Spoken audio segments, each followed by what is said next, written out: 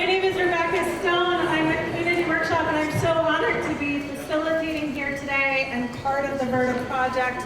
We are thrilled to have this incredible audience and group of attendees here with us today. Without further ado, I want to introduce two amazing Vermont community leaders who are going to welcome you to the summit officially.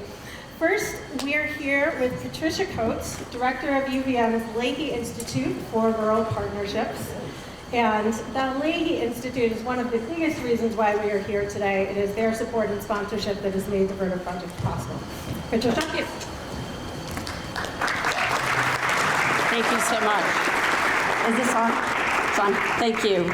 It's welcome. Thank you for coming today. It's really great to be back at Vermont State University. And I wanted to start by congratulating Chris Cochran, Agency of Commerce and Community Development, and our own Michael Mosier from UVM's Center for Rural Studies, who really shepherded this project through some big pivots and came up with a really actionable, wonderful set of recommendations. So thank you to both of you very, very much. The Leahy Institute for Rural Partnerships, our role really is to provide a presence out in for UVM in these kinds of spaces where Vermonters are considering the future of their communities and of our economy. And then on campus, we represent two researchers and two UVM leadership, what we've learned about needs here in Vermont. The need that has risen consistently since our inception is about and around municipal capacity. So many of you in this room, hello regional planners, have shared that navigating federal grant processes, navigating data demands, navigating the desire to plan beyond next year's budget cycle is really running up against your capacity to respond. It is enough to make even the most stubborn of Vermonters feel deflated. At the Leahy Institute, we ask ourselves, can UVM provide the data in a format that can support efforts by our towns and state agencies to apply for federal funds? Can UVM help explore policy alternatives and best practices?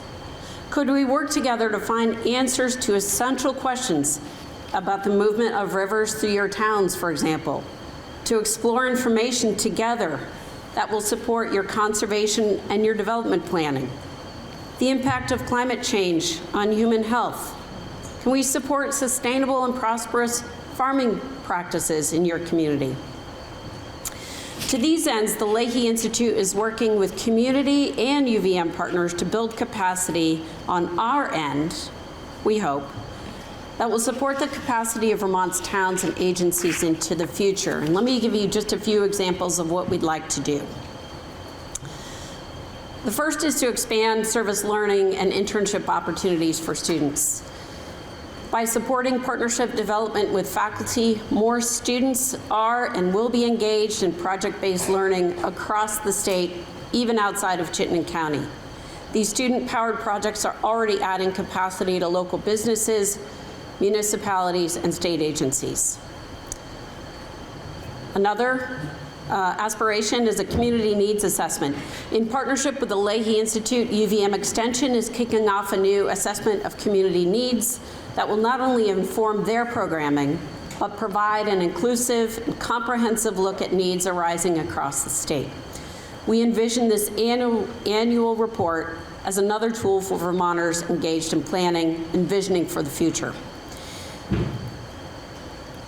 Policy research. We have our Masters in Public Administration looking into recommendations around councils of government approaches that we will have over the course of the year. And we hope that the new Vermont Data Collaborative will be directly responsive to the needs of many regional planners, local leaders, and state agencies who have come to us seeking more accessible data. And finally, our funded partnerships. Through our 29 funded partnerships, the Leahy Institute has supported entrepreneurs on campus and off, UVM and community partners are working together to find new ways to increase access to healthcare in rural areas, to support thriving rural schools, to make Vermont's electric grid more resilient to climate threats. We've even helped a few cows along the way.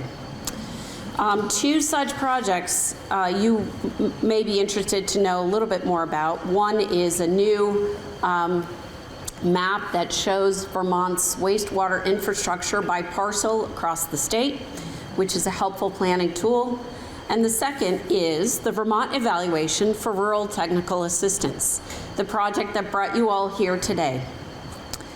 The Leahy Institute may have provided a nudge, but the magic or the results are happening because of the devotion of UVM and community partners who are heads down, determined to solve problems together for our state.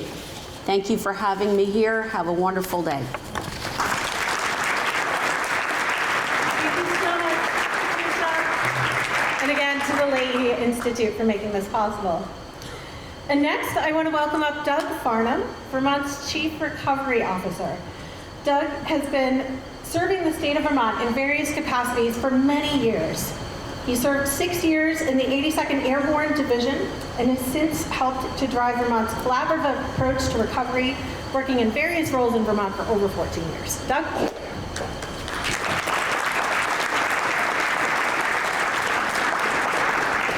Thank you, Rebecca. So, before I get into my prepared remarks, I just want to say I'm extremely grateful for being asked to speak here this morning.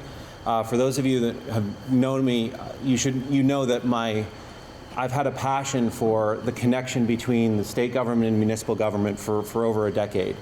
So I've always seen that connection as critical towards any of us achieving our goals.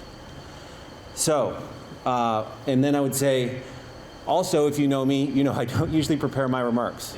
I really tend to like to speak from the heart and just work through things with other people.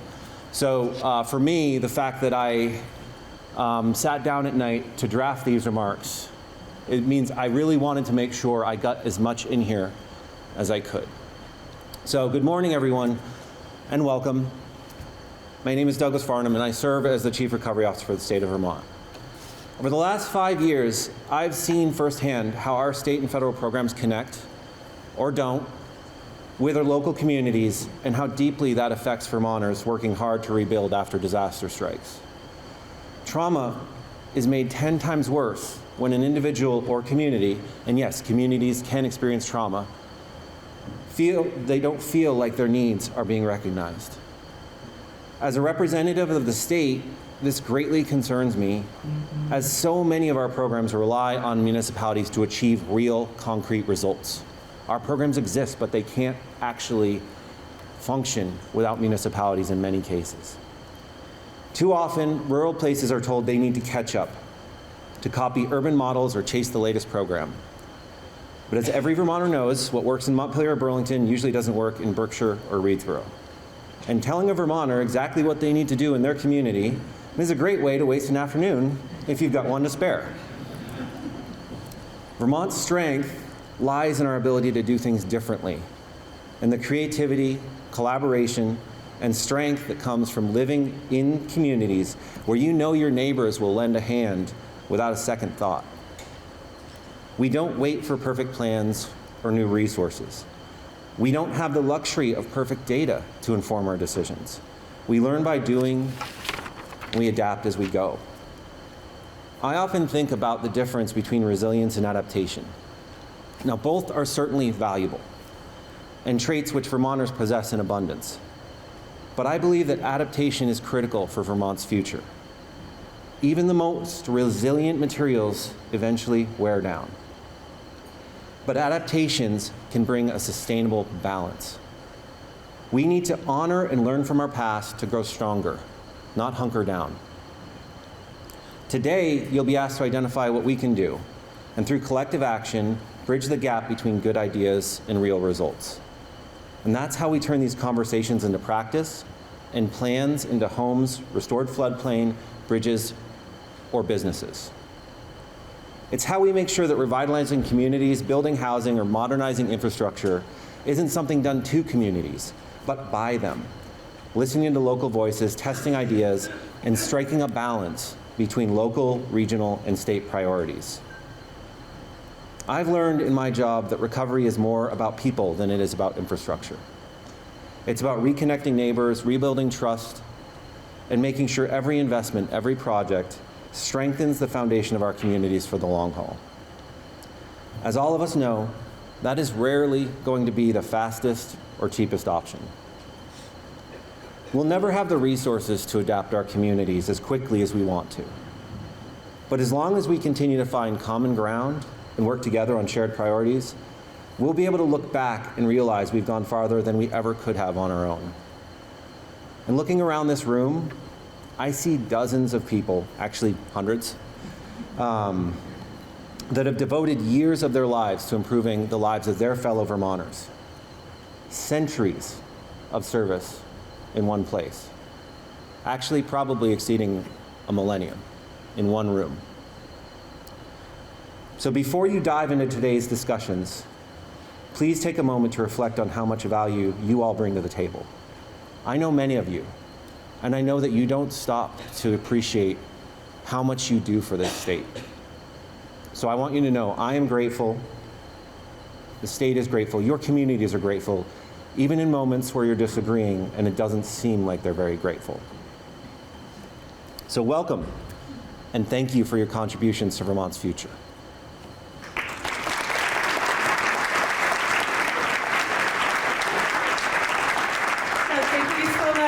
Great introduction. Thank you both for being here. Another round of applause for Trish and Jeff.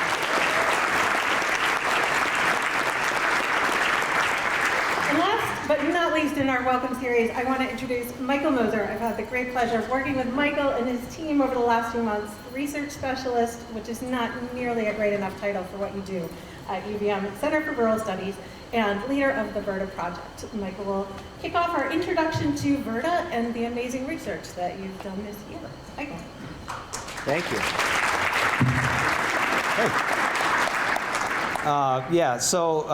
Thank you, Rebecca, for that. I'm really excited to see all these wonderful faces. I'm starting to see people that we were out talking to across the state of Vermont and see those faces again, and just sort of it's triggering and reminding me of some of the stories that I heard, that we all heard as researchers as we went around and spoke with municipalities, and spoke with technical assistance providers across the spectrum, funders, and okay, I'm being told that no one can hear me. There we go. And so it's just really wonderful to see all your faces here, and I echo what Trish and Doug mentioned as well. So what I'm going to do is try and find the clicker. Oh, you have the clicker. There we go. There we go. So basically, I have like 20 or 30 slides like this that I'm going to go through now. What? I'm serious.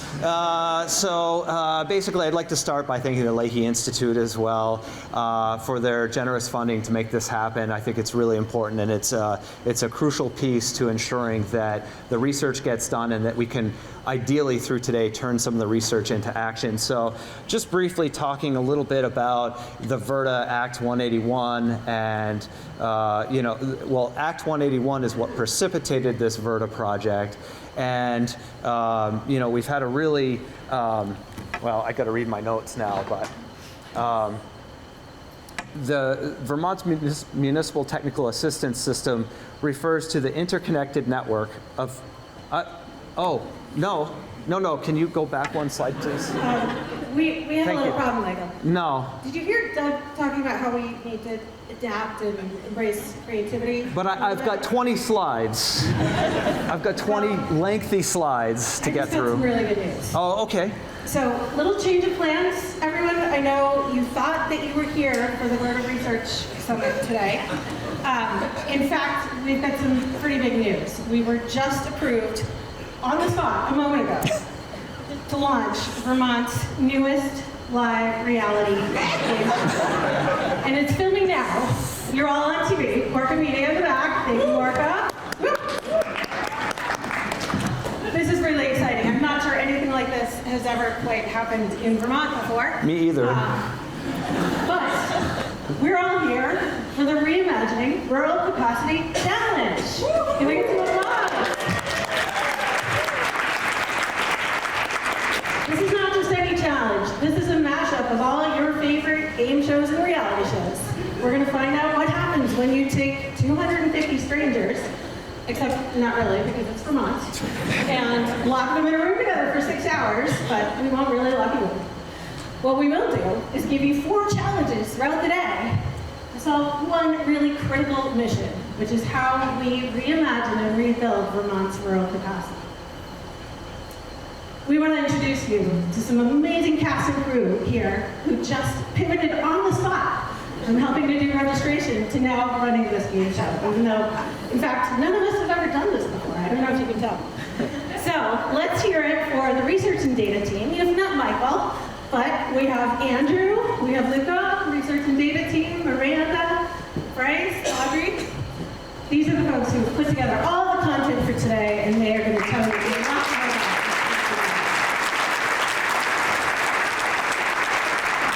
We have our amazing policy and planning team from the Vermont Department of Housing and Community Development. We have everybody. We have Gary, Chris, and Jeff, our core team.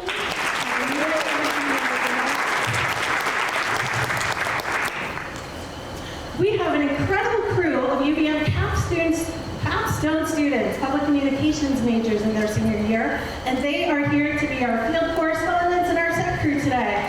So folks, give away.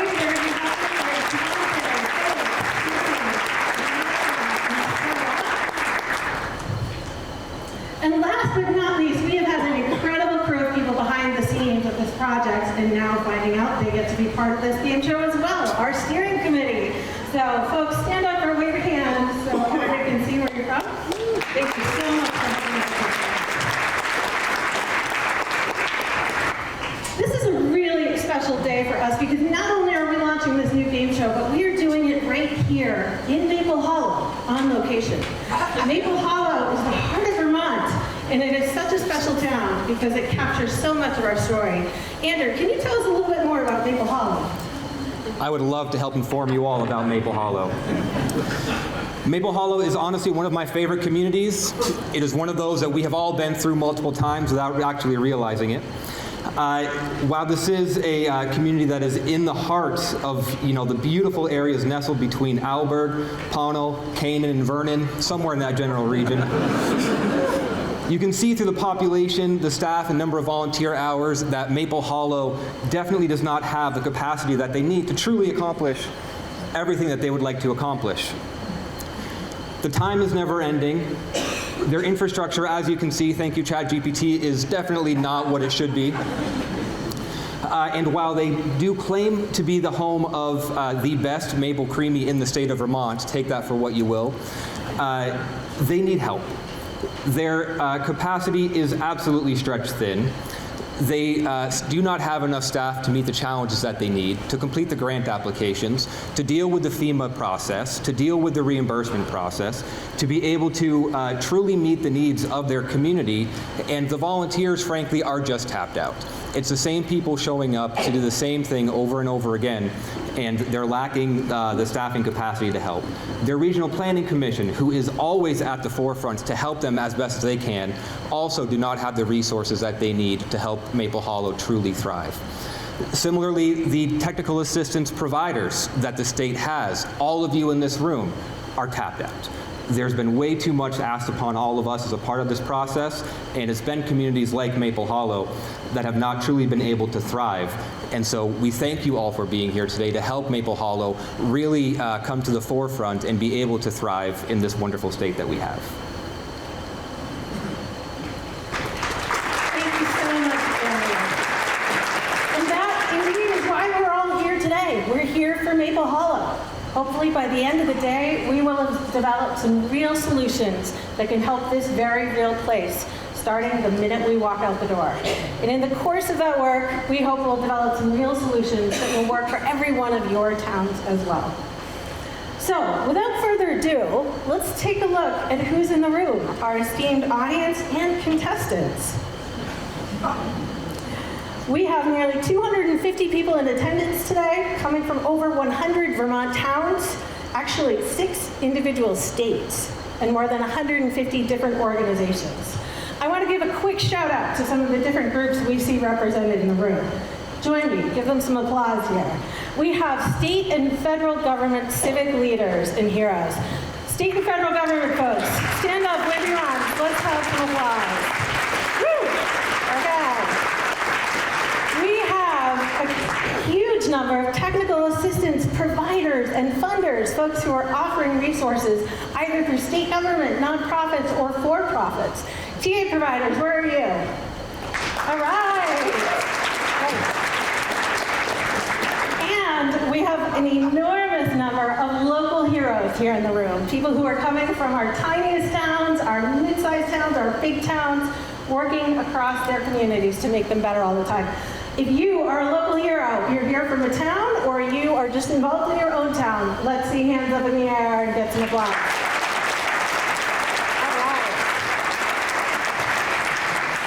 All of you will be competing in our challenge today, whether you like it or not. And the good news is we're here to do that collaboratively. You're not out to compete against each other, but together we need to earn 1.25 million points in our challenges. And if we do that by the end of the day, we will unlock $1.25 million in prize money. That's $5,000 for each one of you in the room. We will hand you at the end of the day. There's only one catch. It's Vertibucks. Not real bucks. They have great value here in this room, not so much once you walk out the door. But still, $1.25 million. Who's ready to play? All right, without further ado, it is time for our first challenge. How many of you have played pub trivia, team trivia before? Any trivia fans in the room? Okay, we're gonna play a really rapid round of team trivia. Your team is your table, and we're gonna give you 5 trivia questions, one for each letter of the VERTA acronym, to help introduce you to this VERTA project in a way that's a little different than Michael's style. So when I tell you to go, you will find a folded sheet of paper in the middle of your table. You can unfold it, and you have 5 minutes as a team to answer your questions, write your team number on it, and be ready to hand it in, paper in the air. No phones, no cheating. Everybody ready? Okay, ready, set, go. 5 minutes on the clock.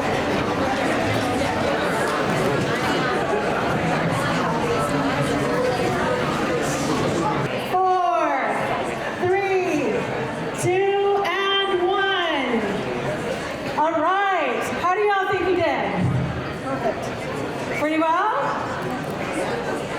Okay, our judges are going to tell you the results. We'll find out how many points you all collectively earned in a minute. Remember, we are trying to get 1.25 million points today. Do we think we can do it? Yeah. Yeah? Do we think we can do it? Yeah. Oh my goodness, I'm not feeling the energy here, everybody. Okay, let's walk through your answers and see how well you really did, and then I'll ask you again if you think you can do it. So, I'm going to quickly go through the answers. We asked you, how many municipalities are in the state of Vermont? How many people think it's 251? Anybody? We got a few folks? 252? A lot of people, huh? 282. Who knows? Bingo! Allison for the win. The correct answer is, who knows? I want to provide a little context because this is very important. The VERTA project was authorized to explore and evaluate technical assistance for Vermont's municipalities. That's not all we're looking at, because we know municipalities are not the only ones doing great work in Vermont and doing the incredible things that need to happen, but it's an important thing to understand. So thank you to the Vermont League of Cities and Towns for educating me on this, because I did not have the correct answer. Many of us think it's 251, maybe because of the 251 Club, which is headquartered right down the road. If you've been reading the news, you might know that there's actually a new municipality that was added. So the 251 Club is actually now 252. If you really know your stuff, you know that there are also 30 villages in the mix that are considered municipalities. And if you really, really know your stuff, which it looks like maybe only this table does, you know that technically, legally, municipalities also include school districts, fire districts, solid waste districts, and any other special districts that one of those other municipalities might decide to create. So when we asked VLCT, how many municipalities are there really? They said, it's pretty hard to count. All right, question number 2. VRTA was authorized by Governor Scott, anybody? Act 181? 181? Any votes for Act 46? Okay, you're paying attention? No one? All right, sounds like you all got that one right. VRTA was indeed authorized by Act 181. If you were listening and following Michael's slide, you probably would have picked that up. R, what's the definition of rural? How many of you said not urban? Anybody? Okay. How many of you said a town of less than 2,000 people? A few hands in the room. How about a county of less than 50,000 people? How about, it's up to you, whatever you think. And you would be right. Congratulations. All 3 of those other definitions I gave you are definitions used by government entities, but it really seems like everybody gets to make this up for themselves. So when the Vermont evaluation of rural technical assistance was launched, this is still an open question. What's rural? What does that mean? What percentage of Vermont is actually rural? Maybe one of you will figure that out and tell us by the end of the day, or maybe we deal with that uncertainty. The letter T for technical. We need to understand what responsibilities and work our municipalities actually have to do, and the many community organizations and leaders that are not technically part of the municipalities. So we asked you, which of these are municipal responsibilities? Give me a yes or no. Taxes and budgets? Yes. Planning and zoning? Yes. Roads and parks? Yes. Elections and records? Yes. Housing and energy? Yes. Controlling dogs? Yes. Some of you are wrong. This is really important. There is so much on our municipal plates, so much that is legally required of municipalities, and so much that municipalities decide to do on their own. So, taxes and budgets, legally required. I gave you a trick one here. Roads, yes. Parks, no. Elections and records, yes. Controlling dogs, yes. And I actually just learned yesterday from Chris that there's an entire manual or handbook on this. Is that correct? So again, thank you to VLCT for helping us clarify. I asked them, could you let us know what municipalities are really legally required to do and what we often take on ourselves or some of that extra work that needs to happen. So this is the list of what they must do. Here's a partial list of what they may do. And I'm going to guess that some of you have other things on your municipal list or your local community lists, things your communities are taking on even though you are not legally required. All right, last, the letter A. Which of these are technical assistance? Because again, we're evaluating technical assistance to help municipalities do the things they have to do and the things they want to do. So, how many said yes to grants and funding? Yes. Coaching and training? Yes. Professional services? Yes. Extra staffing capacity? Yes. Equipment, tools? No. No, I hear no. HR and finance? Yes. Okay. So we're going to give a green light to all of this, in part because there is no definition again. You get to make it up. If something up here is something that your municipality needs help with, or your organization wants to help with, then it's in the mix for technical assistance today. Again, you all can discuss that and debate that, and you may have some different answers by the end of the day. So, great job on VRTA trivia. I hear our judges have tallied some results. You all get 50,000 bonus points for finishing so fast. That was a record.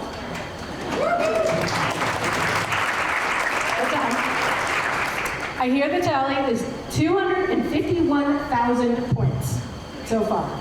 That's a great down payment on our total for the day. Okay, now, how confident are you that we can do this? We can meet our goal, earn our money by the end of the day. Can we hear it? Yeah. Yeah? Okay, great stuff. I'm so glad you have that enthusiasm because it is time for challenge number 2 already. We're going to do a take 2 on that research presentation from Michael. How many of you have seen the game show Family Feud? Do we have any Family Feud fans in the room? This might be a little dated. If you haven't seen it, this is a game show where they ask people survey questions. Ask 100 people a question, bring in 2 teams of people, put the top survey responses up on the board, and then those teams have to guess what the most common answers were. So we're here to play Verda Feud. We need 8 contestants.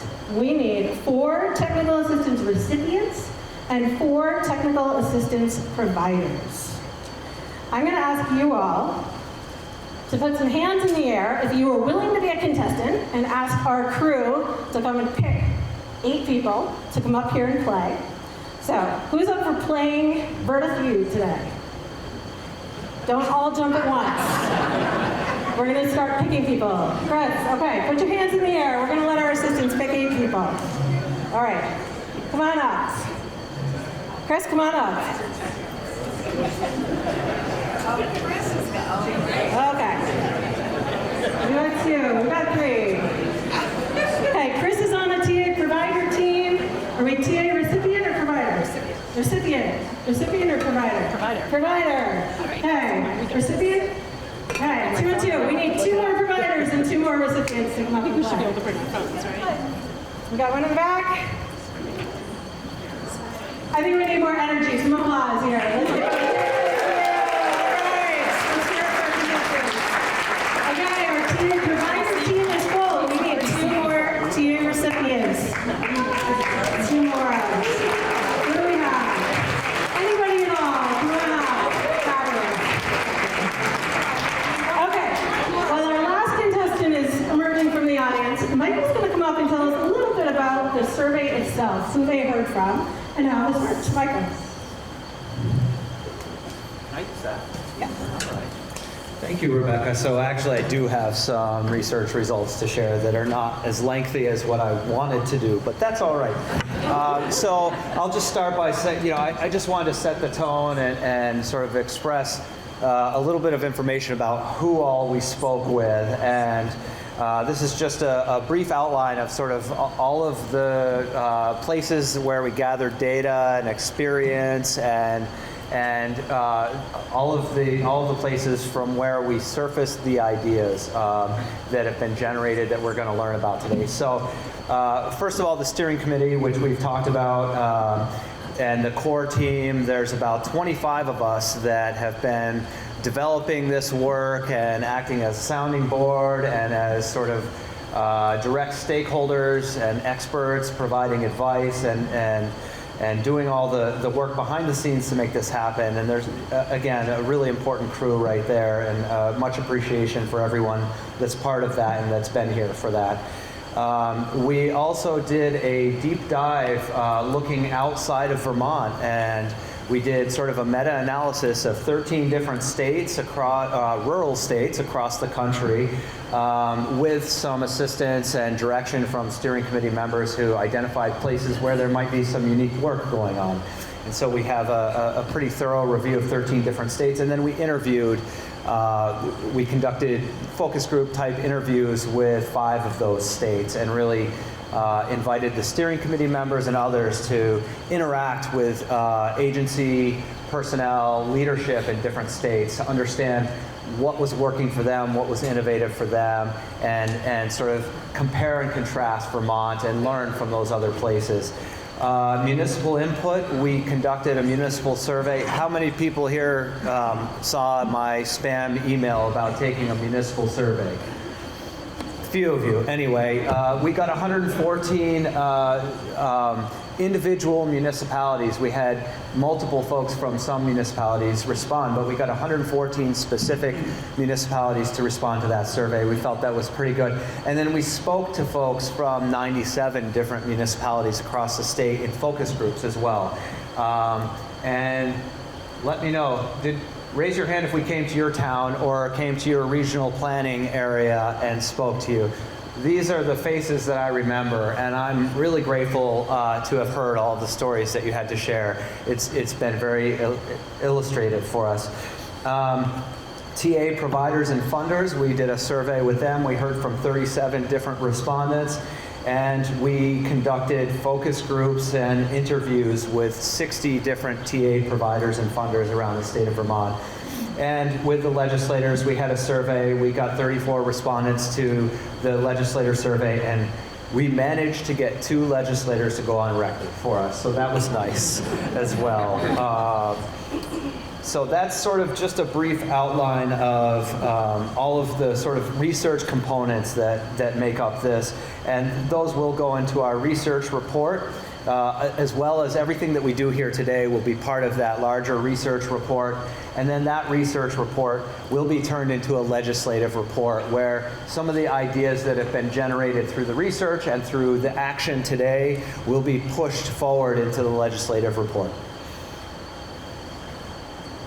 Oh, that's the, which one's the? It's okay. Yeah, okay. We ready? Yeah, I'm ready. Okay. We're ready.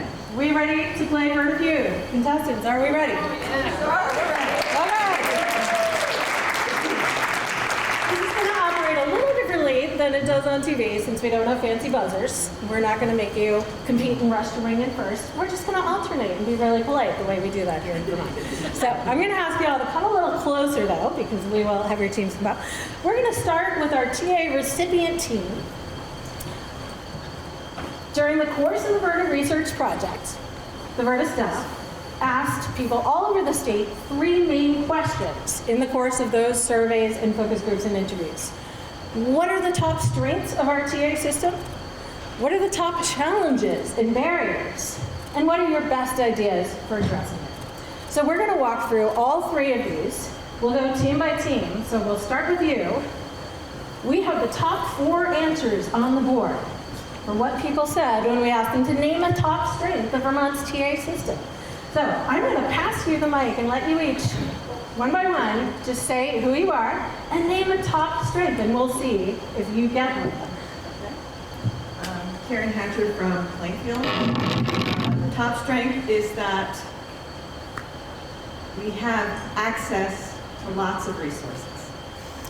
Access to lots of resources. Great idea. Do we think that's one of the winners here? I'm going to say yes. Ding, ding, ding. We have great TA organizations and resources. Congratulations, Karen. You got the #1 answer on the board. Next up. Diane Ships from Lordsboro. The TA providers are willing to engage with us as opposed to just be performative interactions. Absolutely. Whoops, I have lost my mouse.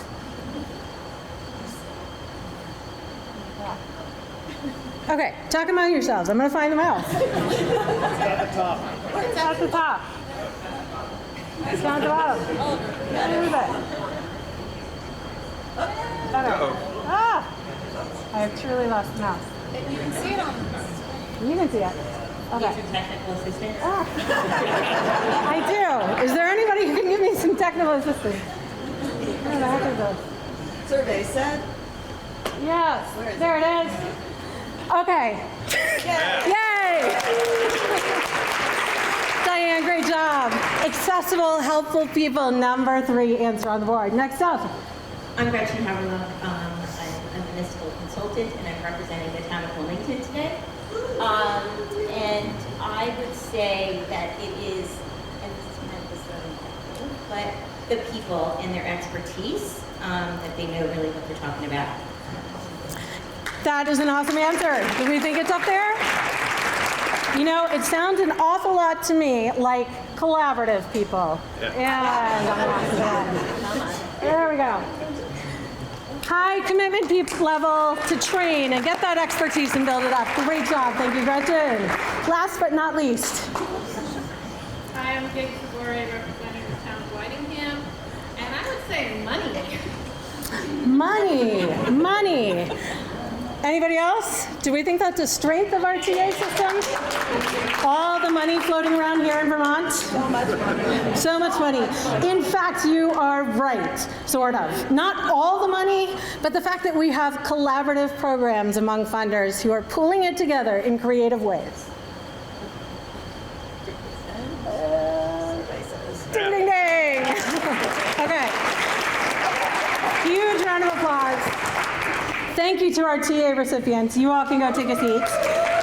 Luca, I want to invite you up to tell us all a little bit more about TA strengths. Actually, Michael's going to come tell you a little bit more about what they heard.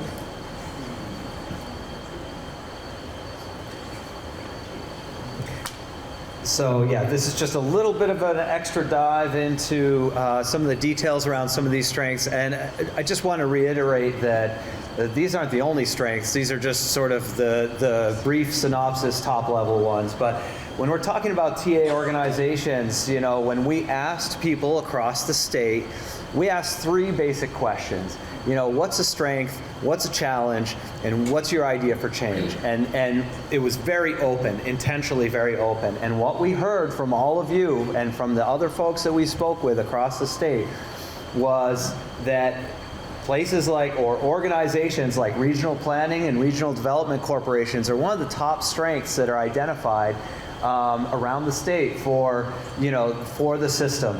Also the state agencies and the programs that they deliver and the initiatives that they take on, large strength for the TA system.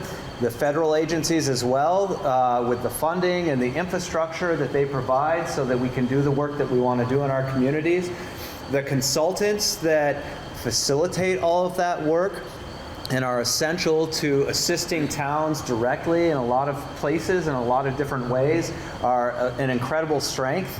I won't get into challenges, but there's also not enough consultants. And then specifically, a lot of folks named some very specific organizations and entities in addition to some of the ones already mentioned. VLCT, who's here, of course, VCRD, who's here, the READY program, VHFA, VHCB, VCF, and many, many more organizations were named. And so we just wanted to make sure that everyone knew that, and we want people to understand that there's a lot of existing strengths here that we can build upon. We don't have to always necessarily do something brand new, although in some instances I think we will. So I will move on. The high commitment level. So this is really just about individuals and organizations who really put in that extra effort. And I know some of you are at these tables now. I've seen you this morning walking in, and you know that interpersonal interaction, that extra effort goes a long way in a small system like ours.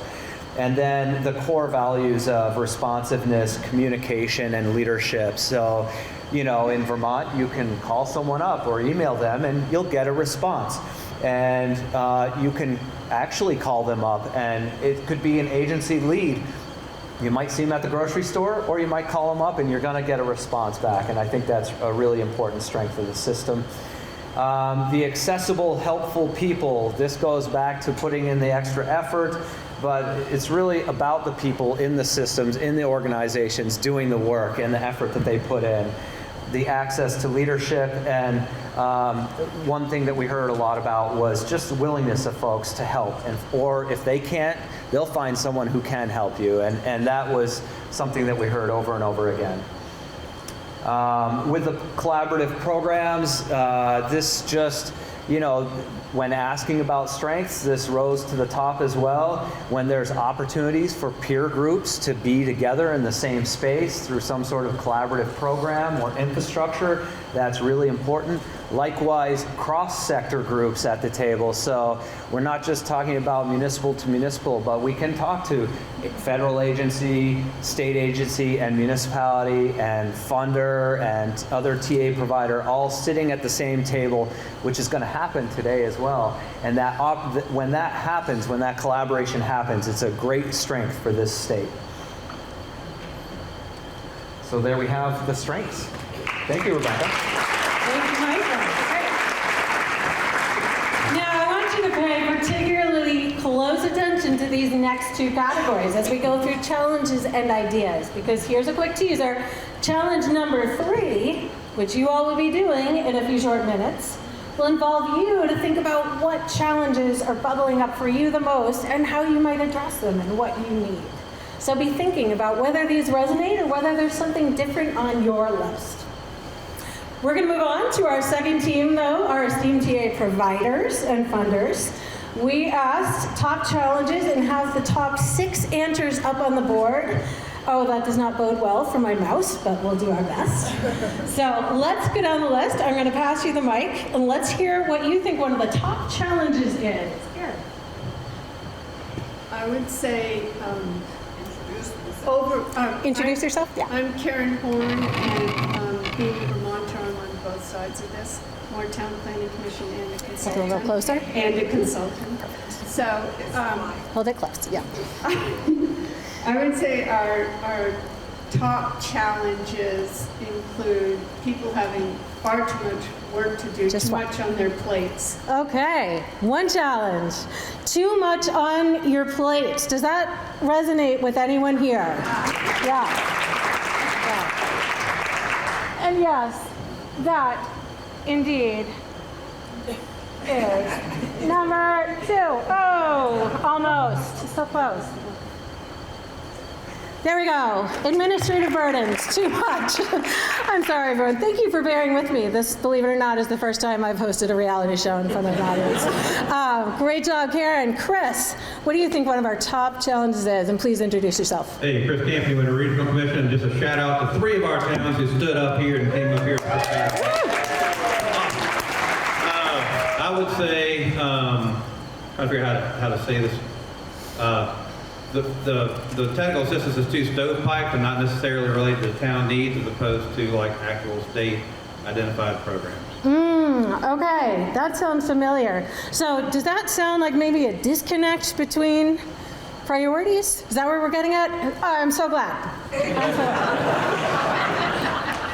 And that is number 4 on the board. I'm not so glad that this exists, but Chris did a great job naming our 4th challenge. Next up.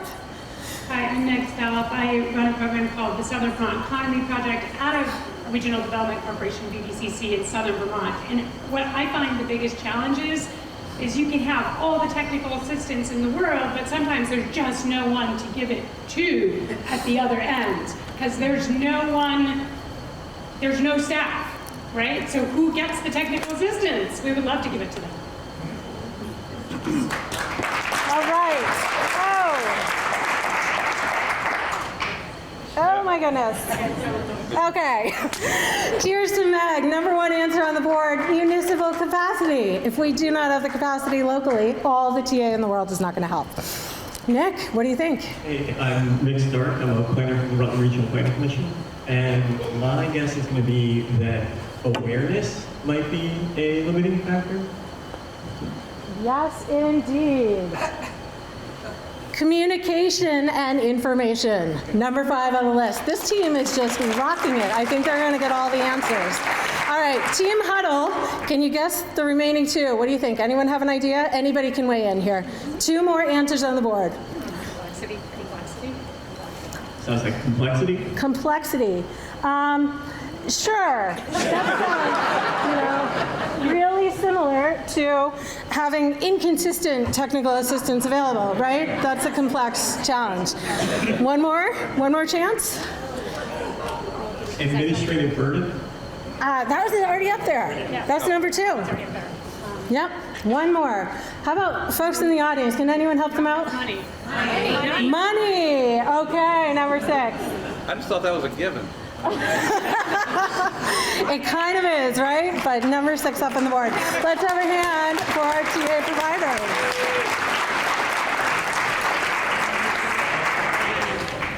All right. Team UVM, okay, Luca is going to come up now and talk to us a little bit more about the details behind some of these challenges. Thank you, Rebecca. Do you want the podium? I'm going to do this. Okay. You can advance or I can for you. Perfect. All right, so I'll be going over some of the biggest barriers with a little bit more context. So municipal capacity was one of the biggest challenges mentioned throughout our research. Towns, specifically small towns, typically only have part-time or volunteer staff, and those people wear many different hats throughout the day, the week. And due to time and other resource constraints, they often have to rely on TA partners for that technical support to move projects forward. Administrative burden adds another layer of pressure to that municipal capacity, as staff have to spend countless hours focused on administrative tasks rather than work on the ground. So overly complicated application, reimbursement, and reporting processes take away their valuable time when they could be working on the ground with their community. So inconsistent TA is a tricky one that we came across. Municipalities constantly have to stay on their toes to respond to changes within the TA system. Funding opportunities, priorities, programs are subject to change without warning, which can impact towns' abilities to meet their goals. Towns have also noted disparities in the provision of technical assistance across the state, so some towns feel like their needs are being met while others feel like they're being left behind. And on a more technical note, processes like reporting, for example, aren't standardized and can lead to that administrative burden. So across the technical assistance system, different entities and partners have a wide variety of priorities, and those priorities don't always match up with the needs that communities are trying to meet. Many times they have to change their projects to fit within a grant's guidelines, and because of this, municipalities tend to feel like they don't have a lot of autonomy in the work that they do. And in a similar vein, a lack of robust communication across the TA system can lead to a lack of action or effective change. Which leads nicely into communication. One of the most notable quotes that I've heard throughout our interviews and focus groups was, "You don't know what you don't know." The communication channels within Vermont are not centralized and are typically inconsistent, which means municipalities miss out on funding or important opportunities. And even when a municipality has a clear understanding of the type of project they want to complete, it typically takes a while to get connected to the right person. And lastly, funding. Without fail, lack of funding has come up in almost every conversation that we've had throughout our research process. Municipalities understand how competitive this process is, and many times they worry that the work that they're putting in to getting the funding isn't always worth it in the long run because they're putting so much time up front to apply and make sure their requirements are correct. And so that strict criteria and eligibility is hard to receive necessary funding. And again, going back to that community disconnect, grants often do not match the types of projects that towns want to fund. And though this list doesn't exhaust all of the barriers that we've heard throughout our research process, this list provides a snapshot of the biggest challenges that you guys have brought forward for us.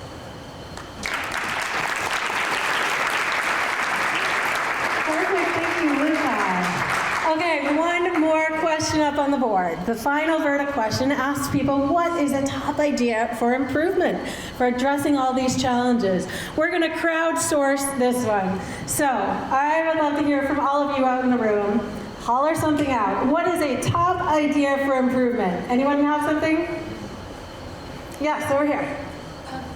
More funding for implementation in addition to planning. More funding for implementation, even more specific than what we heard. we have just funding up on the board, because funding will solve a lot of our problems. Let's be realistic. Thank you. Great. Somebody else. We have another one. Yes, over here.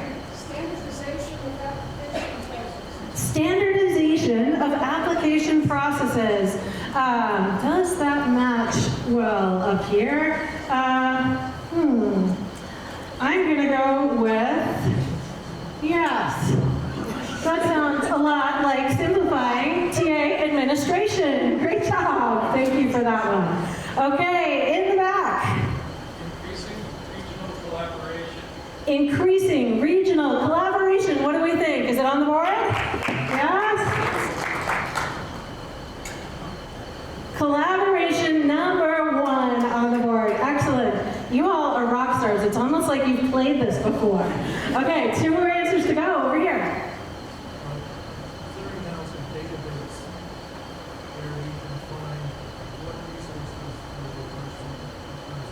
Okay, a clearinghouse or database to find information on resources and needs. I think that sounds a great deal like number 2. Where did the mouse go now? Oh, there we are. Thank you. Thank you all for helping. Almost got through this category. There we go. Communication. Thank you. Communication and information. I promise we're almost done with this. One more answer on the board. Who can guess the last one for us? Yes, over here. Training. You know, it's almost like I put plants in the audience. This is amazing. I promise I did it. Where are we? Technical expertise. Absolutely. Training and skilling up. Great job, everybody. Give yourselves a round of applause. You nailed it. And we're going to hear from Andrew a little bit more about these top TA ideas. So as has already been said, what you see on the screen here is just a collection of ideas. So these are the themes that have come up in terms of ideas for improvement. These are just the top 5 that we heard when we've categorized them by themes.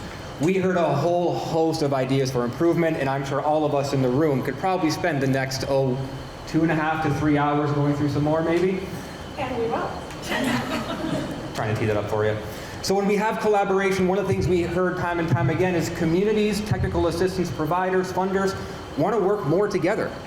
We want to be in the same room together. We want to better understand what the right hand and the left hand are doing in terms of helping our communities, in terms of working with our communities. We want to be able to know what our communities themselves are doing in our neighboring communities within our own region. And so being able to collaborate with peers and being able to collaborate among this system was the highest recommended thing to do to help improve the system. Additionally, one of the things we heard a lot of that surprised a lot of us on the research team is a desire by communities to share, and to share services, and to share resources. Just to note, I'm not talking about regional governance. I am not talking about county governance. That was drilled through this process time and time again. Simply that capability to share and how to go about sharing services, whether that be things like a road grader and a plow, having a regional or multi-community zoning administrator to help our communities, to help retain staff. Communication, as has been heard between the challenges, it's really hard knowing who's on first, what's on second, where's on third. And so being able to better communicate, communicating frequently, communicating consistently, are all different types of ways in which this system can be enhanced and can be improved upon.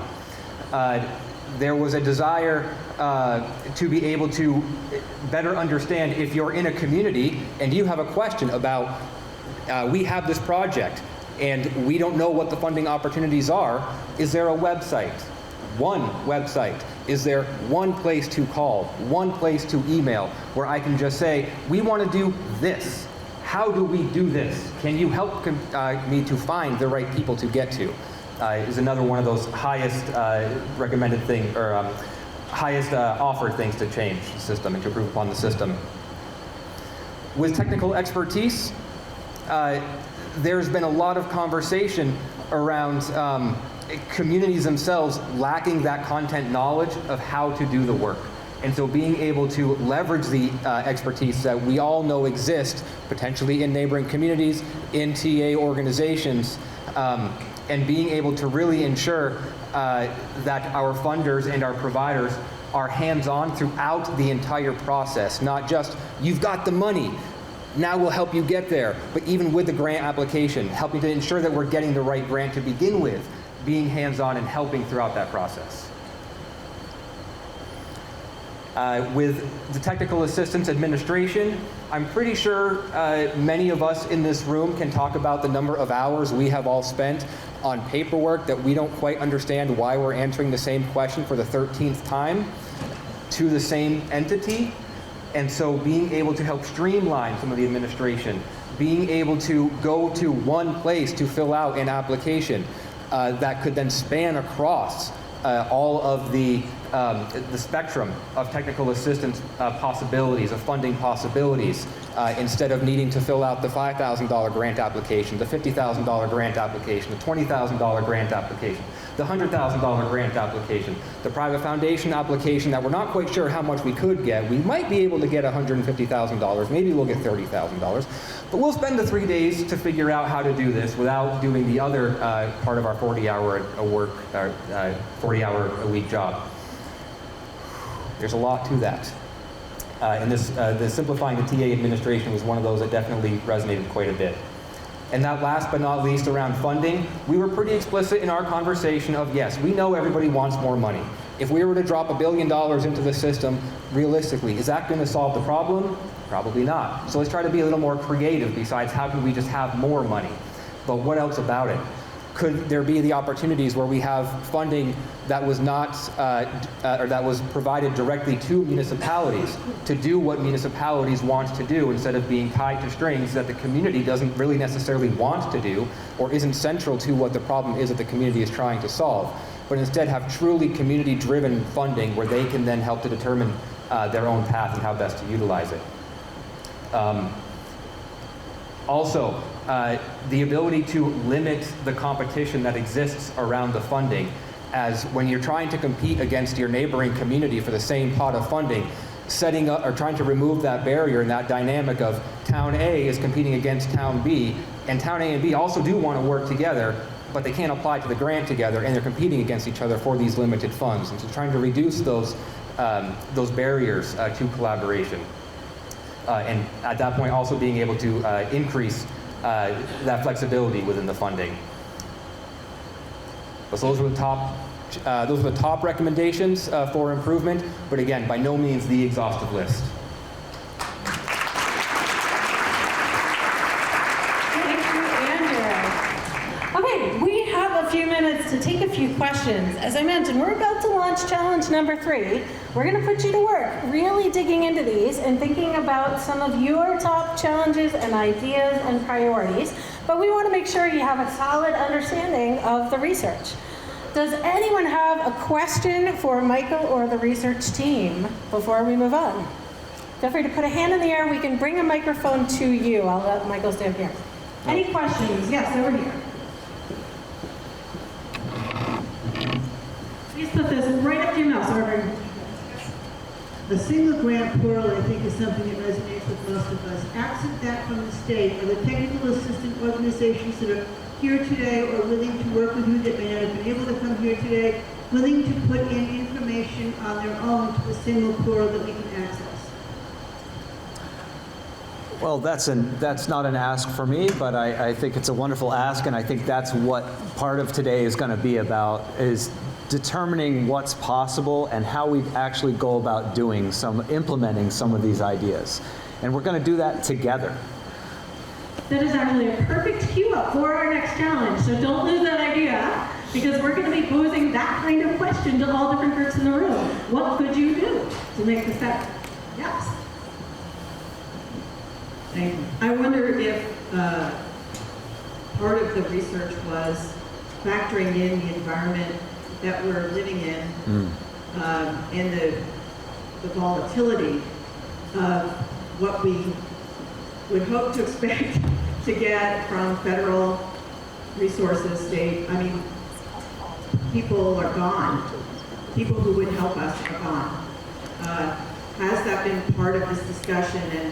And, you know, if we've got another 3 years of this, if we've got more than that, like how are we going to adapt, as Doug said, to be able to deal with what we have to deal with at the local level, considering all of the volatility at other levels?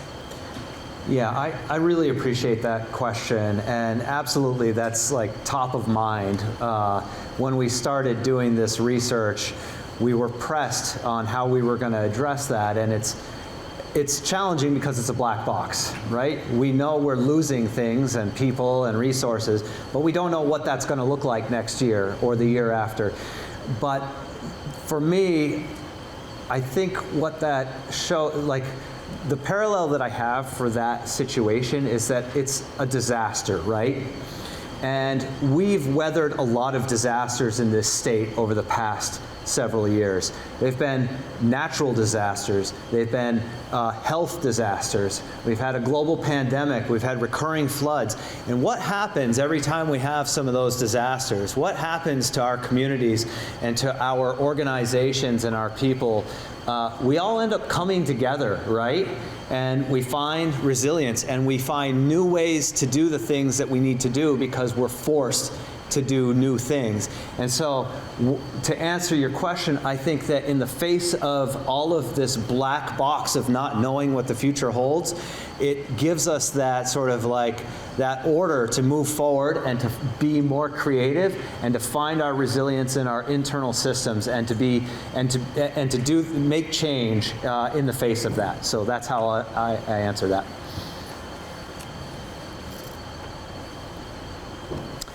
Yes, right here. Really loud. This might be too granular, but just curious if there were any notable correlations between like answers and regions or size of community or anything notable. Yeah, we certainly did not do a regional analysis, and the size of the community does play a significant part in its ability to access and utilize resources, of course. And actually we're at tables of different size communities this morning to sort of like address that from different perspectives. So absolutely there are differences. Yep. I think I saw a hand back here before. I think we have time for one or two. Oh, okay. Well, thank you. I'm already learning a lot here this morning. I love that question, like disaggregated data by like size of community and resources we have. But my question is a little different. It's like, where does VRTA see agriculture in rural capacity and in its evaluation of rural technical assistance, for example, extension, NRCDs, Area Center, the Center for Agricultural Economy, farmers themselves, Agency of Ag. And just to provide a little more background, we have a lot of very intentional planning processes around development, around conservation in the state. But right now, ag is like the negative space that's being carved away at. And all the like critical resource areas that's not to be eligible for housing is also land that, like, it's the same land that's not eligible for ag. We're seeing like up 46%. I think Ryan Patch said of ag land to be lost to those over time. So I'm just curious, like, where you are looking at this in rural capacity, and VRTA's mission in the larger planning processes we have in the state. Yeah, thank you for that. And you know, I'll start by saying that we haven't focused a lot on ag in this work.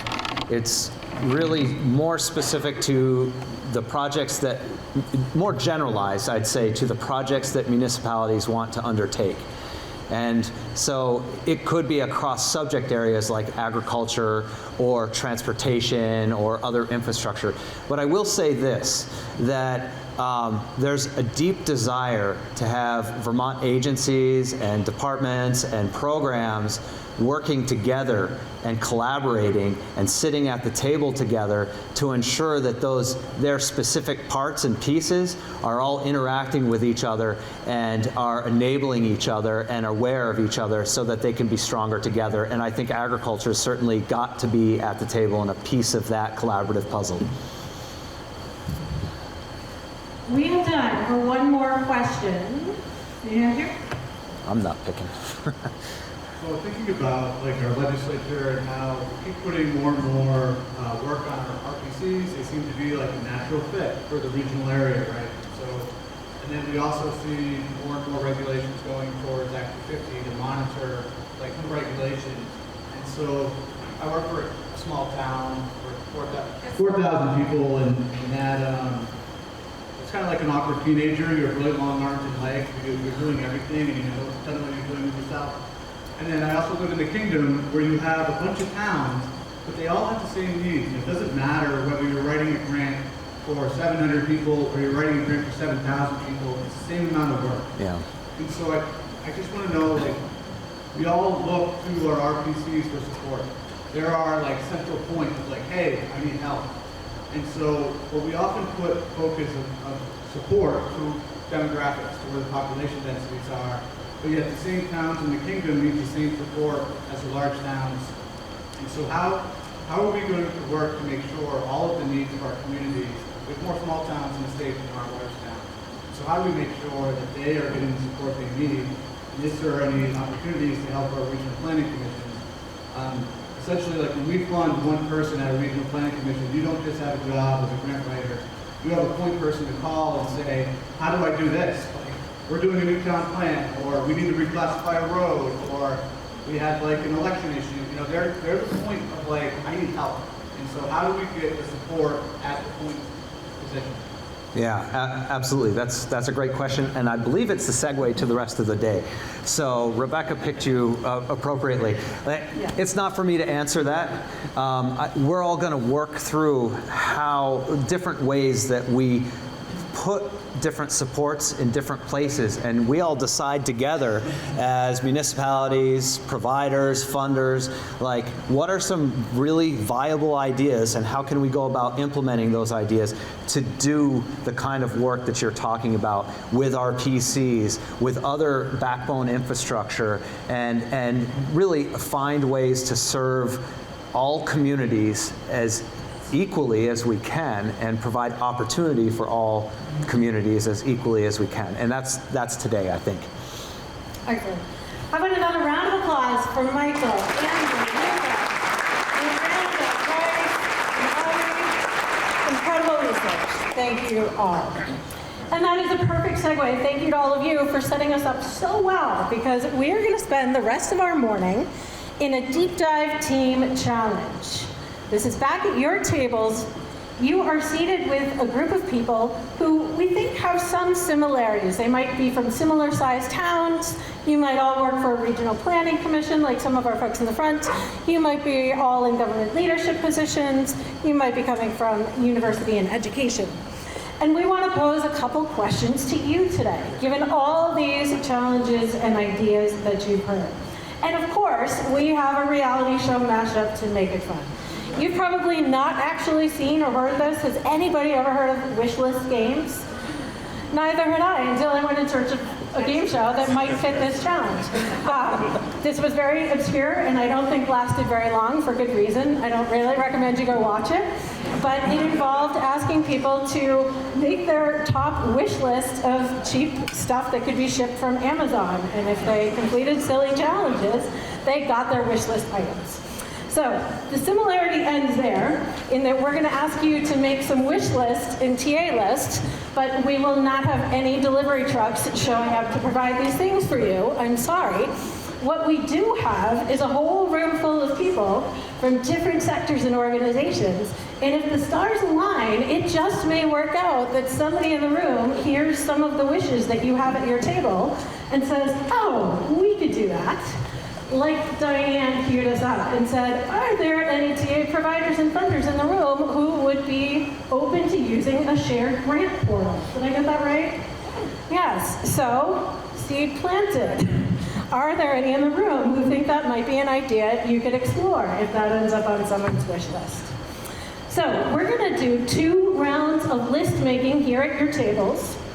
Total of 60 minutes. When we finish this up, it will be lunchtime. There's an extra bonus for all of you. Over the course of those 2 rounds at your table, we're going to ask you to come up with 5 top wishes. That might be things that would actually solve TA challenges or rural capacity challenges you and your group are struggling with. Or you could zoom out and think about challenges in the system, other challenges you heard today. So we're giving you a set of instructions that you should treat as a guide.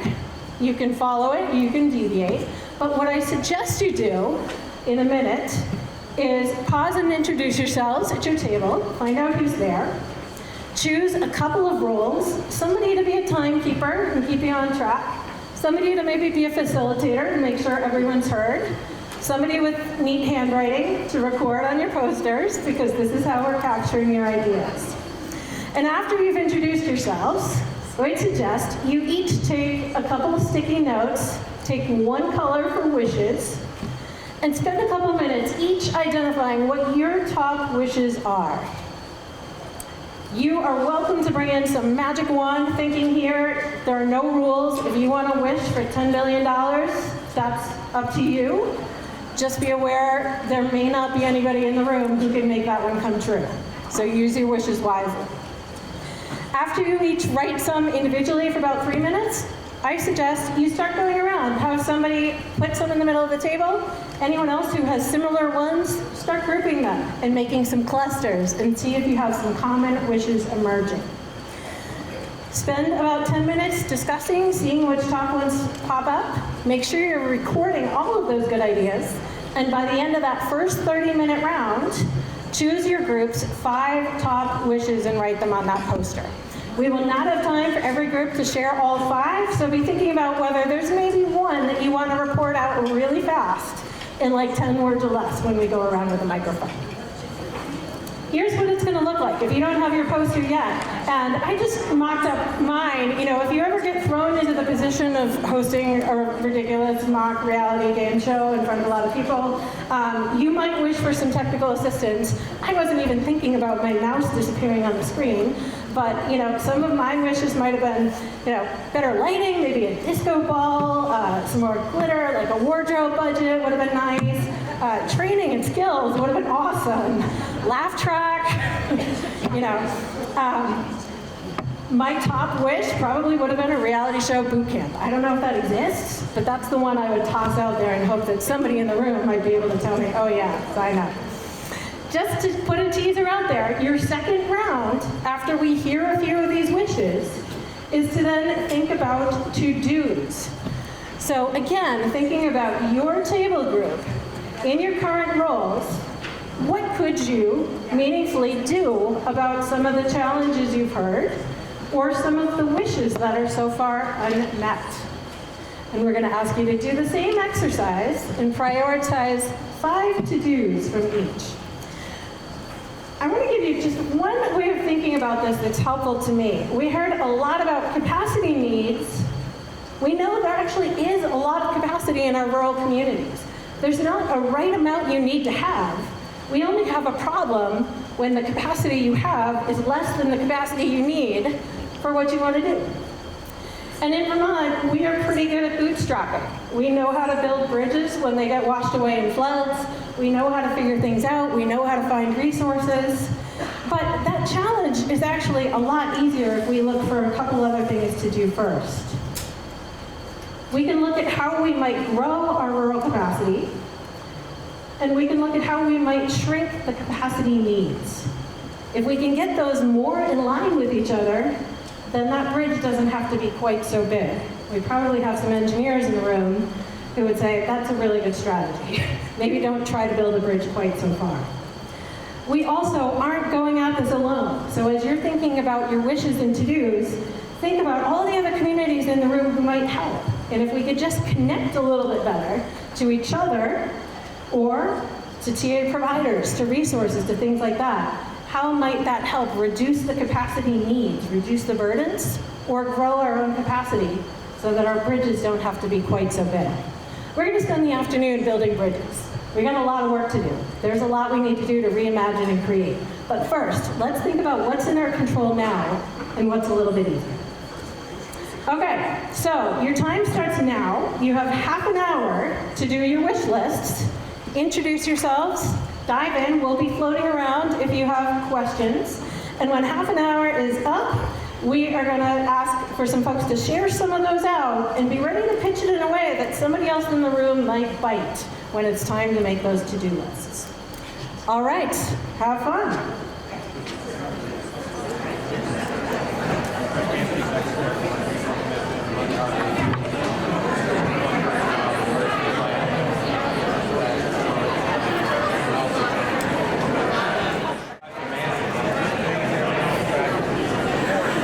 wrap up those final thoughts. We're going to come back in about 1 minute and hear some wishes.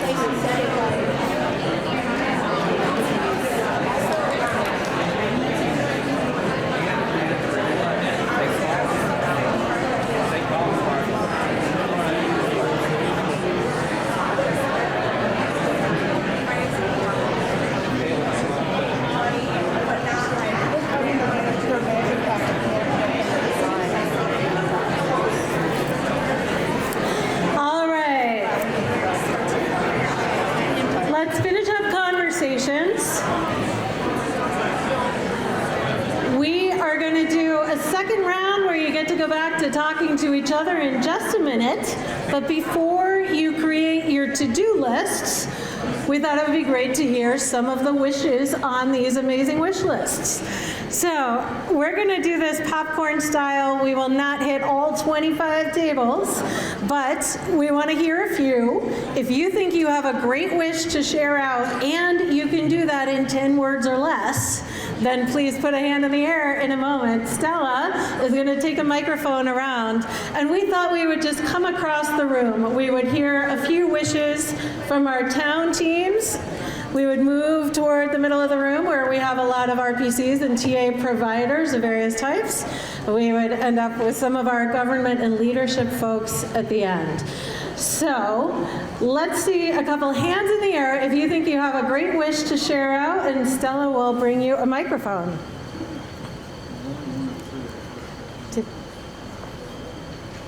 Yes, we have affordable housing, which would also include the grand list. Can you hold that mic up? We have affordable housing, which would also include raising the grand list. We have higher taxes on second homes and stronger options tax, competent paid staff, funding, which include finding, applications, and reporting, and then collaboration between towns. Awesome. 5 big wishes there. All right. Did anybody in the room have some similar things? Give us a few snaps if some of those came up at your tables. Anybody? Okay. We've got a hand here. Give us a top wish. Well, no more unfunded mandates would be great. Okay. Yes, feel free to applaud if you hear something you like. A unified grant portal in the state. Unified grant portal. Okay. Permit reform, more cohesive. Building volunteer capacity, filling municipal positions, and regional town administrative services. Okay, great. How about one more from our town section over here, and then we'll move around. Do we have another town? Yeah, thank you. So we also had less control and less bureaucracy, fewer mandates. Put small towns on a different platform with different requirements for funding, especially those towns who have devastation, to make a recognition, to actually recognize that by comparing towns like, Plainfield and Barry and Montpelier on the same level, it just creates an unfair comparison. Okay. So it creates some handicaps or some levels. All right. There. I hate to cut you off, but we're going to move to a few others. Try to keep it to 10 words or less for us. It's a brilliant idea. Thank you for sharing. Let's get a couple of the medium-sized towns back here if we can. 10 words or less, give us a top wish. We got one in the back corner, I think.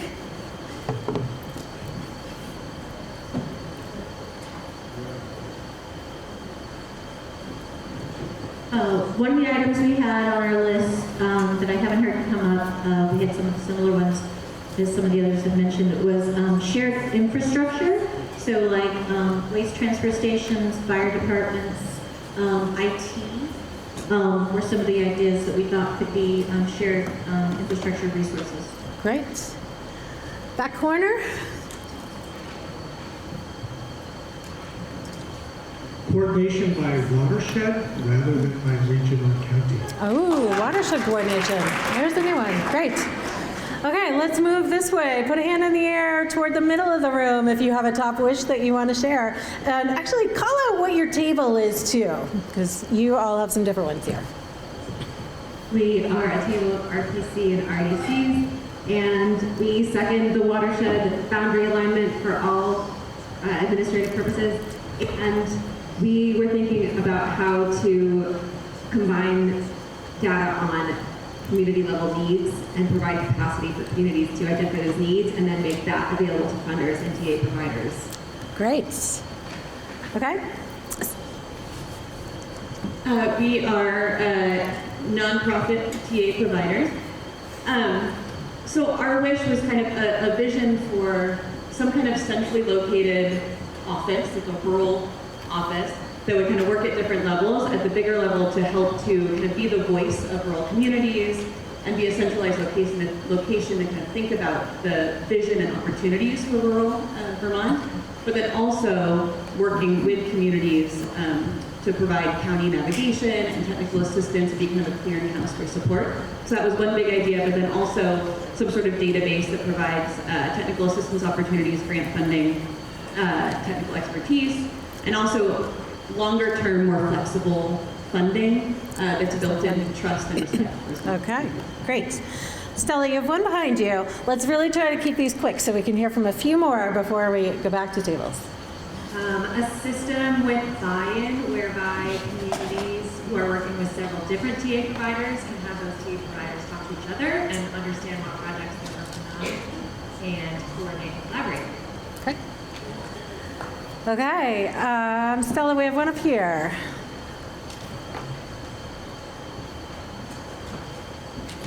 So we're a mix of RPCs and RDCs. Capital planning and support throughout the life cycle from project planning to implementation. State agencies scale management and design practices to needs, places, and settings. Regional scale funding for regional scale project implementation. And improve customer service from state agencies for municipalities. Great.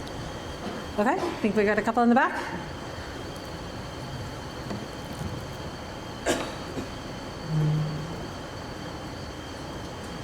We are the for-profit TA providers, and there's big money, big profits happening here. So we just want to echo really important the standardized grant data portal for all the state agencies, and then training the trainer among municipal kind of tier learning and collaboration.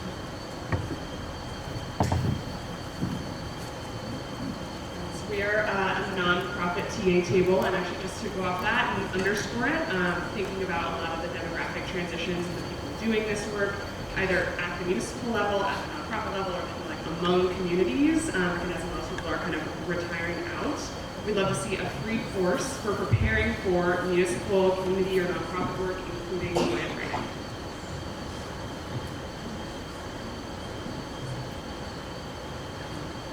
We are the university and education table, and I'm going to say what hasn't already been said, and one is improved community-university partnerships that could include a greater role of extensions and a holistic integration or more holistic approach to planning. Okay, let's see if we have one or two more over here. We are also for-profit technical assistance or consulting, and certainly the collaboration and the simplification we picked up on as well, but also more great ideas for public engagement, community gatherings and facilitation, as well as goats to clear invasive plants. Goats to clear invasive plants. Was not expecting that one. Okay, two more right here. Yep. Hello. So we are government technical assistants, and we support everything that you guys said. And we feel that we need more staff, both regional and state staff, decentralized, that can be able to provide the technical assistance and have time for collaboration that I'm seeking. And so it's about centralization of information, but decentralization of that technical assistance and supporting folks. Okay, last one. Yep. We are also government TA, and we landed on our top wish of building some systems and resources and processes around multi-town or multi-community shared services and capacity. And I feel like that would be a good action goal. All right. Perfect. Thank you all. Thank you so much, Stella, for bringing the microphone around. If we didn't get to you, you get to go first in our next report out, we promise. All right, those are some amazing wishes, and I hope you all were taking really good notes, because now we transition to the to-dos. This is where you get to spend the next half hour thinking about what your peer group or role or entity can do to either address your own challenges, boost your own capacity, fulfill some of the wishes you just heard, or address other challenges that you heard in the TA system or rural capacity. You can think really small, you can think big, but I would encourage you to be specific if you can, and be reasonable about what is in your control. You don't necessarily have to put things where you have all the money in hand today and you could go out and make it happen. You might need a little help, you might need some resources, but focus on things that are within your power and that are reasonable for a group of RPCs and RDCs to do, or state government TA providers, or medium-sized towns, things like that. Does that feel doable? Do you all feel like there's a ton of stuff you can just do right now? Or is this a little daunting? We wanted to seed a couple ideas for you. If this feels a little daunting and you're not quite sure what you could do already, we'd love to give you a couple examples, and we have a couple participants standing by to do that. Maya, do you want to bring up Sarah and Matt and find out what ideas they would share? Yes, thank you, Rebecca. I would love to. Sarah, can you tell us something that you've done as a government leader to improve the TA system? Sure, thanks. And for folks who I have not met before, my name is Sarah Waring. I serve as the Executive Director of the Northern Border Regional Commission. In my last job with USDA Rural Development, after the floods in 2023, we were able to access disaster assistance funds and move some of extra money, really, directly to one of those organizations that many of you called out, the League of Cities and Towns, to support municipal technical assistance with a couple new positions, and that's Marguerite's position and Kathleen's position, really working directly on some of those TA things like finance that haven't necessarily been a deep skill set in many small towns before. So that was one we got a chance to do. Two that we are thinking about doing now in this role that I have with Northern Borders. One is that you have to apply to a lot of things to get your project done. You have to apply to like 5 or 6 or 10 different funders. And one of the things I've always dreamed about is whether or not we could create an opt-in box on your application where you give us permission as funders to share our application with other funders. And we're going to try to pilot that coming up in this next program year for those voters. So that's one that we're aiming to try to do. And the other one that's really challenging for a lot of folks is when you have different types of funders in an infrastructure project, you end up with 3 or 4 different versions of the NEPA process that you have to follow through and manage with different agencies. So the other thing that we're hoping to do is to create MOUs with our SHPO offices in Vermont and our other 3 states, and to be able to create the structure the way FEMA has it under the Stafford Act, where we could accept one single NEPA review and determination for all of the funding sources that are in your stack. So both of those things are my to-dos.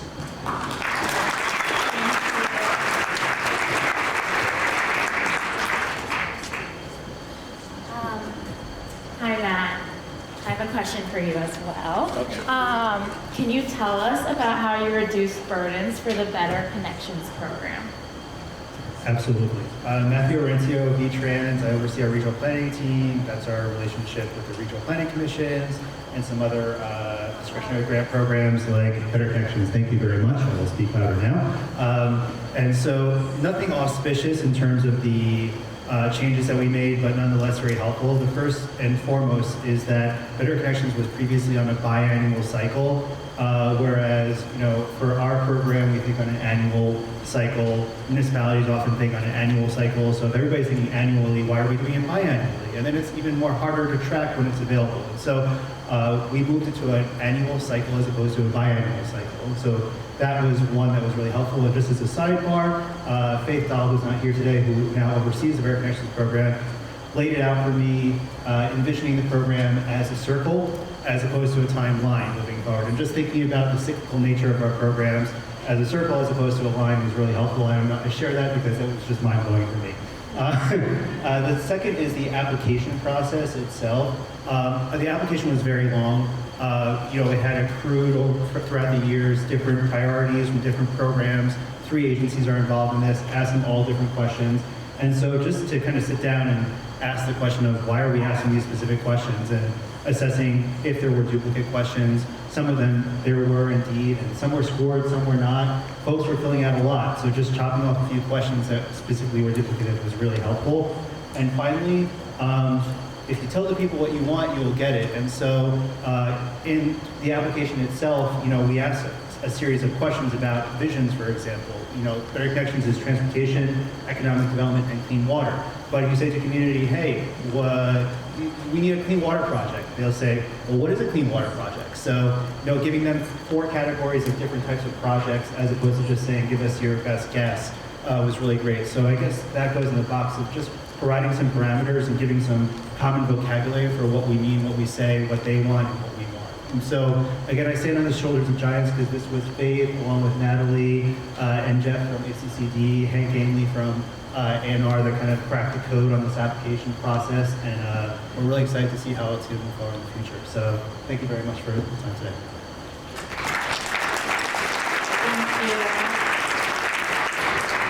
Wonderful, thank you all.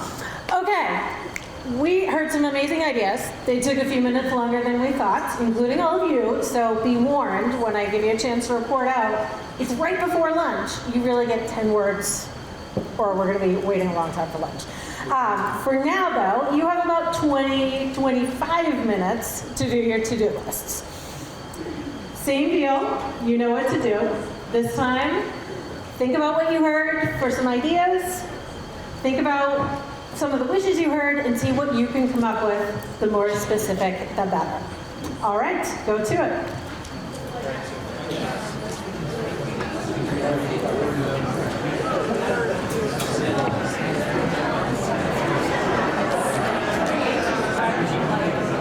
Scribble down those final thoughts.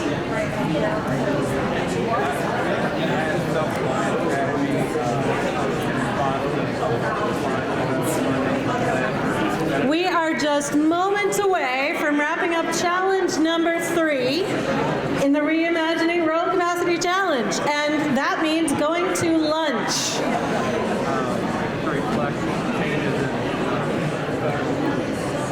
All right, we have Stella, who's going to start in the back this time. We really want to hear, especially from any table that did not get to share a wish.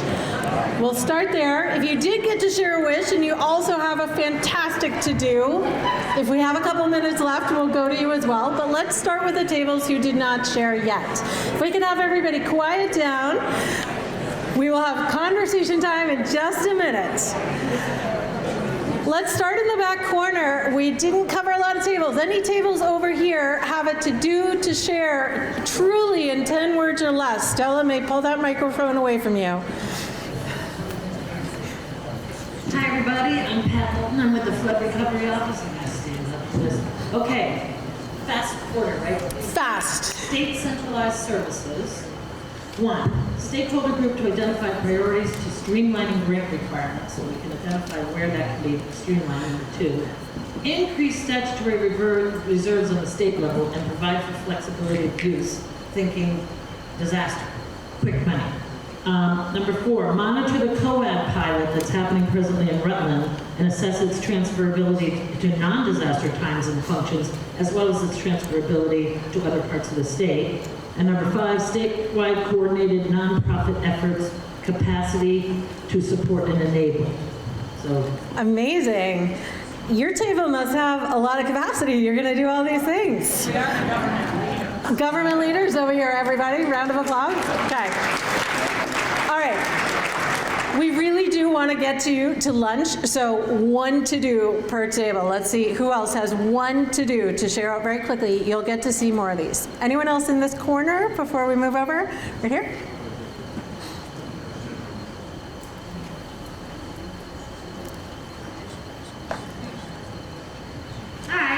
We are the higher ed university table, and our 1 to do is developing a working group or forum of leaders from higher ed who can think about coordinated support in the realm of rural capacity. How can we work together as higher ed? Great. Other hands in this area? Perfect. Our 1 to do is going to be to advocate and lobby to the state legislature to at least fund one of the recommendations that comes out of the event today. Fabulous. All right. Okay, moving this way across the room. Anyone else in the middle, especially if you've not reported out yet? Got one up here still?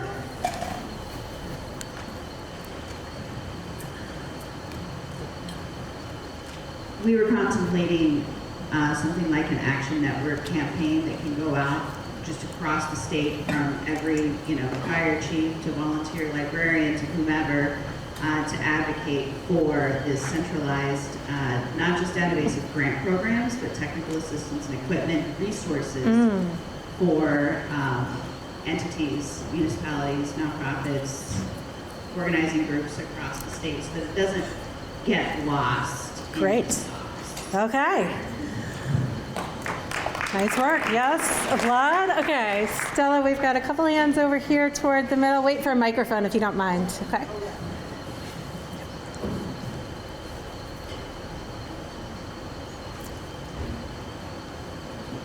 Hi, we are small towns. We are very small towns. We would like to seek technical assistance in how to transform our town needs into actionable items. Excellent. Okay. Oops, one right next door, Stella. Right before. Oh, okay, great. We are nonprofit TA, and we suggest building capacity for regional support by enhancing that which is already there, particularly around information and database sharing to make TA accessing a lot easier. Great. Okay, one last one before we break. Hi, going back to the advocacy comment, we also discussed quite a bit about how we can advocate within our towns to overcome division and to encourage more people to get involved in town government. Thank you. Excellent. Bravo. With that, you all have completed challenge number 3. Huge round of applause for everyone in the room. I have some great news for you. The judges have tallied, scored all of your ideas and wishes, and you are now over halfway there to our goal for the day. We have 653,000 points. Only another 600,000 to go. I think we can do it. I think we can do it. I have some other good news for you. It is just about lunchtime.